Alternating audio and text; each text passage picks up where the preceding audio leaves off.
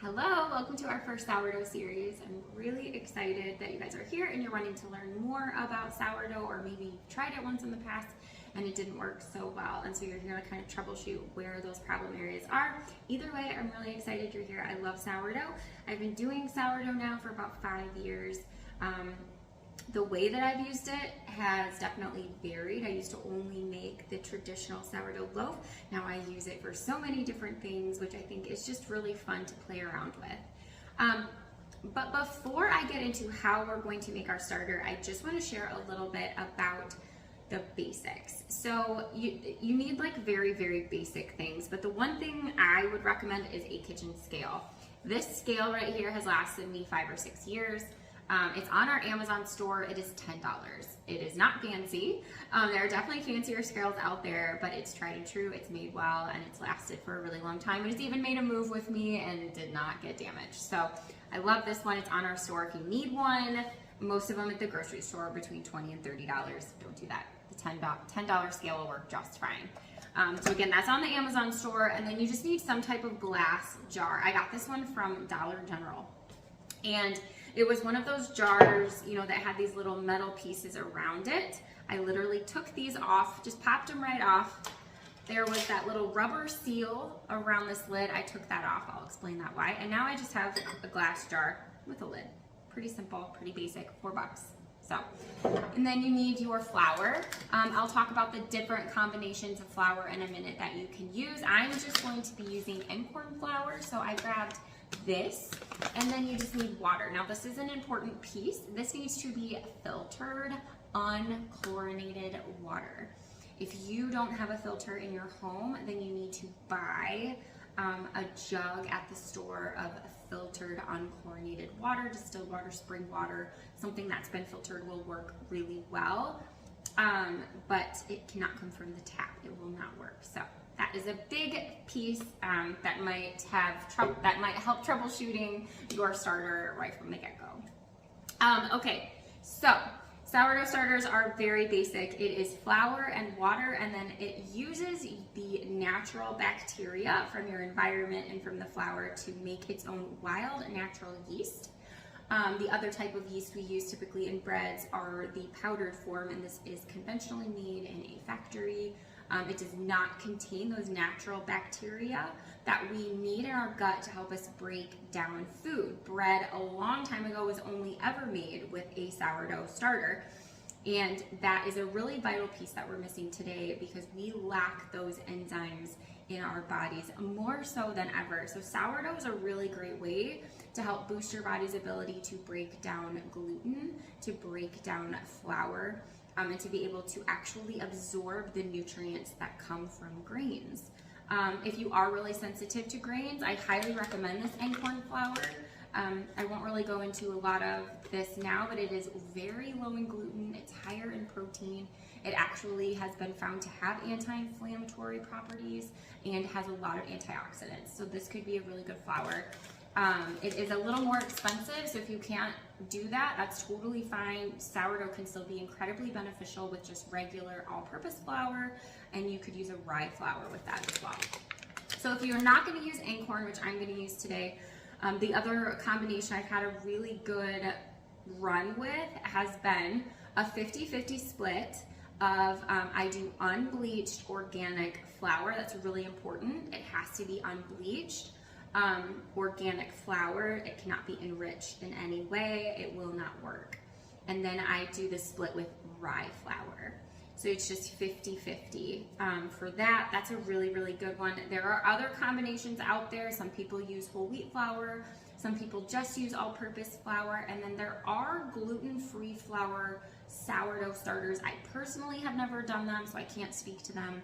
If you're really wanting to stay all gluten-free, you could always look that up yourself. The process is similar. I just can't speak to the combinations of flour. So that is the basics of the flour, and let's get started. Okay, so we're gonna get started.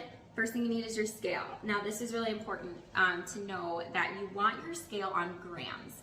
So I'm going to turn mine on. You want to make sure the unit is on grams. Now this is another really important piece, and I'll tell you why later. You want to measure your jar completely empty. So mine is 457. Make a little note of that and come right back because that is a really important piece you'll need later. Okay, so you have that written down, whatever your jar is, whatever jar you're using, you just want it empty. Now you want to set it back on the scale, and then you want to clear out the number. So you just want it back to 0. So you just hit that power button again, and now mine's back to 0 grams. And that's where you want to stay. So I am going to start with 100 grams of Einkorn flour.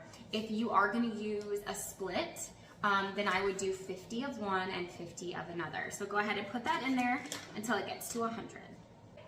Mine's at 100. So you have your flour in there now. And now what we want to do, now I'm using Einkorn flour as I said.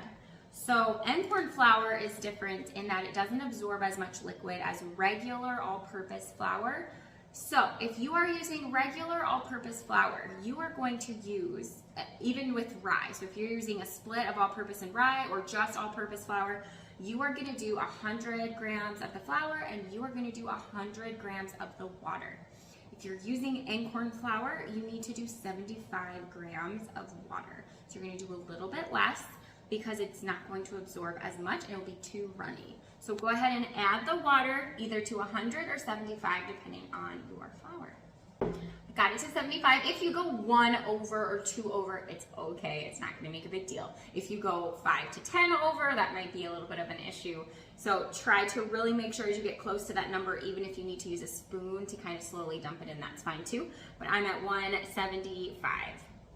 So I'm at 175. If you are using the regular, again, you'll be at 200, and then you just clear it out. So now all we're gonna do today, move all of this out of the way. You are just gonna mix it and cover it and let it set. It's pretty simple. Now it's really important as you're mixing it, you really want to make sure that you get all of the flour incorporated. You do not want any dry pieces. So make sure that you mix it pretty well. Mine's all mixed. If you have a little bit of extra on your spoon, just kind of get that off with your finger. Throw it back in there. We want all that goodness. And you should be good to go now. That's pretty much it. So that's day 1. You figure out your flour you want to use, you get your jar, you have your scale, you have your unchlorinated filtered water, your unbleached, unenriched flour, whichever you choose, and you're good to go. So the other important piece of why I took off that suction piece here is when you put the lid on, when the yeast begins to ferment, it probably won't do that for a couple of days. It will produce a gas, and so you don't want the lid to be suctioned or airtight on here because it could actually explode. So you just want to set the lid on the jar. It's not airtight, so air can get out if it needs to. And I love to put my sourdough starter while it's growing in the sun, especially for the first week or 2. So this one was definitely longer than the other videos. The first video and the last video will be the longest. I'll come on now every day and show you how to do the feedings. They're really simple. They'll take you 2 minutes. And you just want to make sure that, a couple of tips for you if you're starting your starter. You want to make sure whatever time of day you're feeding it, you can do it at that same time every day within about 30-minute window while it's maturing. It's going to take between 1 to 2 weeks before it's fully mature, and it needs a feeding every single day. If you're going to be on vacation anytime in the next 2 weeks, just maybe wait till you get back and you can be here.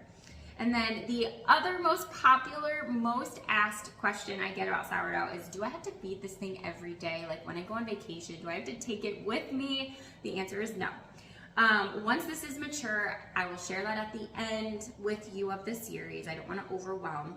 There are so many tips and tricks so that if you're gone for a week, you do not have to feed your sourdough starter. You can leave it at home in your fridge and you'll be good to go. So just want to put that fear aside for any of you who are thinking that, because that's the most common question I get with sourdough starters. But I hope this was helpful.